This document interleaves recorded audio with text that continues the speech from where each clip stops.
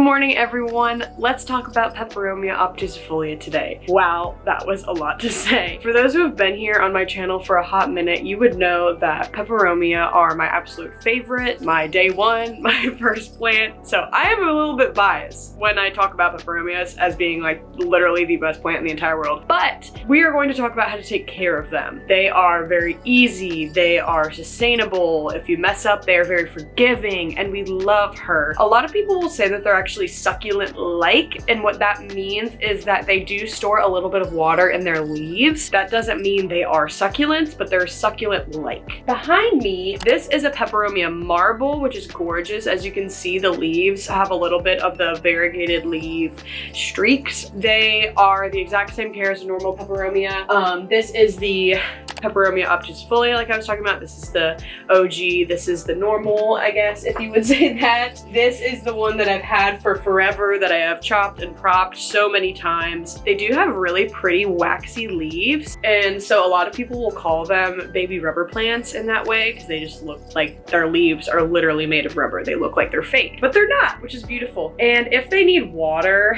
something to really look at is if their leaves are really, really floppy. That's the nice part about them being succulent-like, is it's very, very easy to tell. And I would say in the winter months, they don't really grow at all because they're conserving their energy. So if they're not growing at all or growing any leaves in the winter, don't worry, they are dormant, so they're not gonna grow a lot. Honestly, even if it's the spring and summer, they don't grow very fast anyways.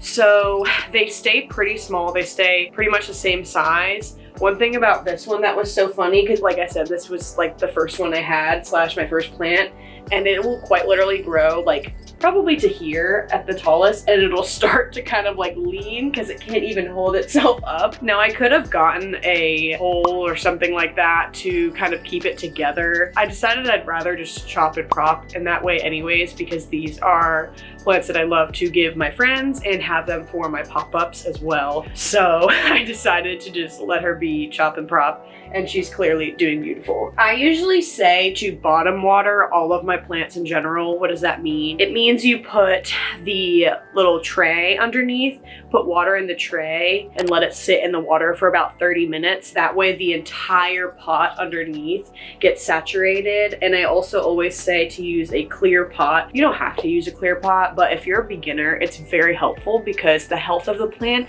is actually in the roots. When it's clear, you can really get a good indication of how your plant is doing. It's in the cute pot still, so it looks fancy, but it is here. So when it's ready to water, take this out, put it in a tray for 30 minutes, plop it back in, and she's ready to go. I would refrain on fertilizing in the winter just because it can burn your leaves, because it's not necessarily its time to grow. Like I said, it's dormant. So I would wait to fertilize until it's spring or summer. But yeah, like I said, they are slow growing anyways, but when they do grow, it obviously has these beautiful leaves.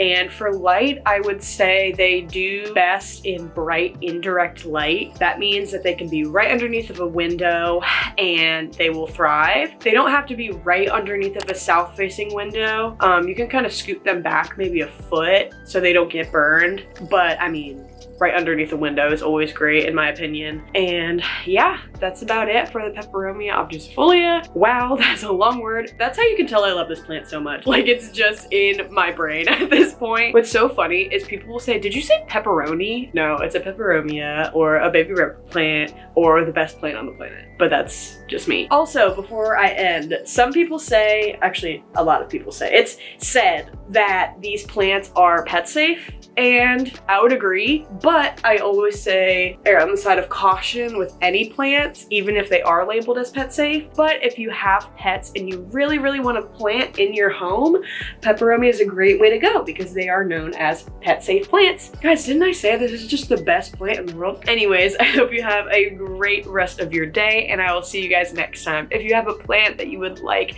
information on or how to take care of, let me know and I will help you right away. Bye everybody.